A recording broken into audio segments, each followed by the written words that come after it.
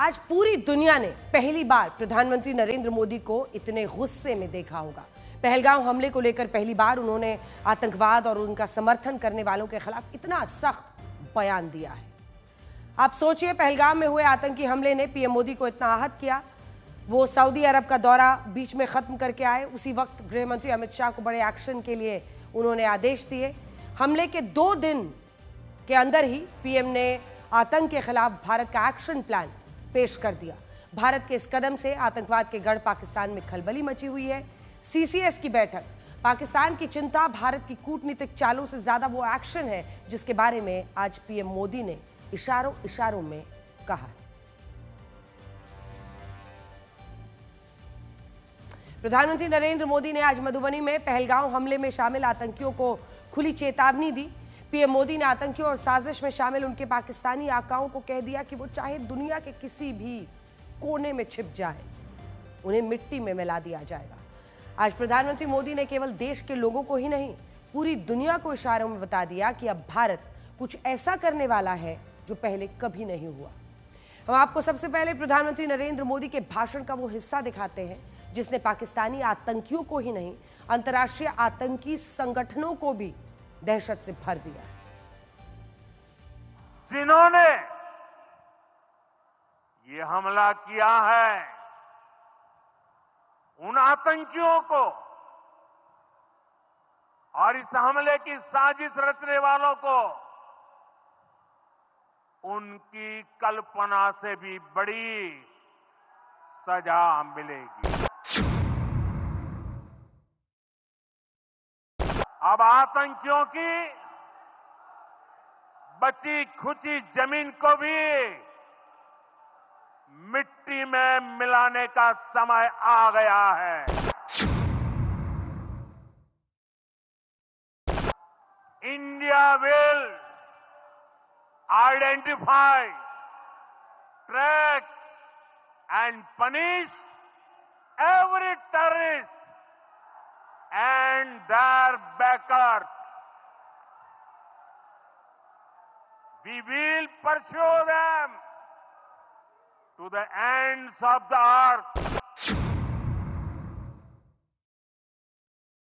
आपने प्रधानमंत्री नरेंद्र मोदी का ये भाषण सुना, लेकिन क्या आपने इस भाषण में छिपा गुस्सा देखा? प्रधानमंत्री मोदी ने 3 ऐसी बातें कही हैं जिससे आतंकियों में खलबली है और पाकिस्तान दहशत में है।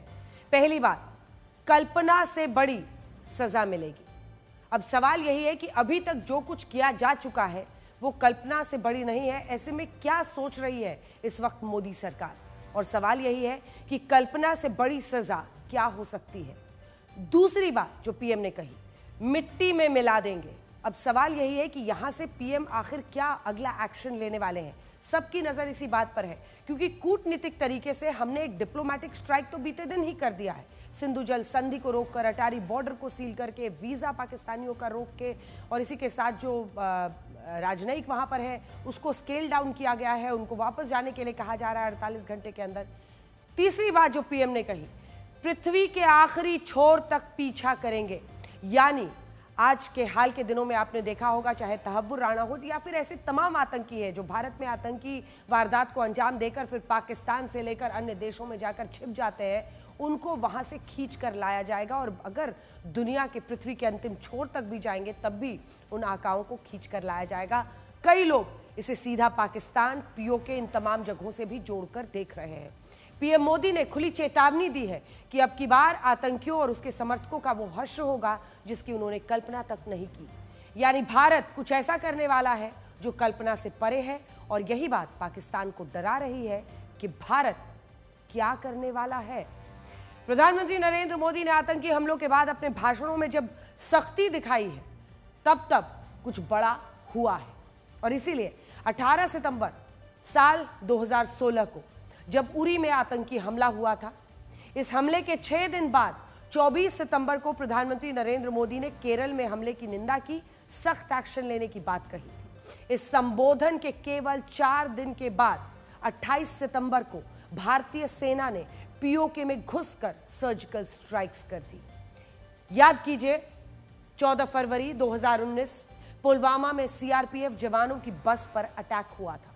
इस हमले के एक दिन बाद 15 फरवरी को प्रधानमंत्री नरेंद्र मोदी ने यूपी की एक रैली में कहा कि आतंकियों ने बहुत बड़ी गलती कर दी है और उन्हें कीमत चुकानी होगी। इस बयान के 11 दिन बाद 26 फरवरी को इंडियन एयरफोर्स ने पाकिस्तान के बालाकोट में एयर स्ट्राइक्स कर दी थी।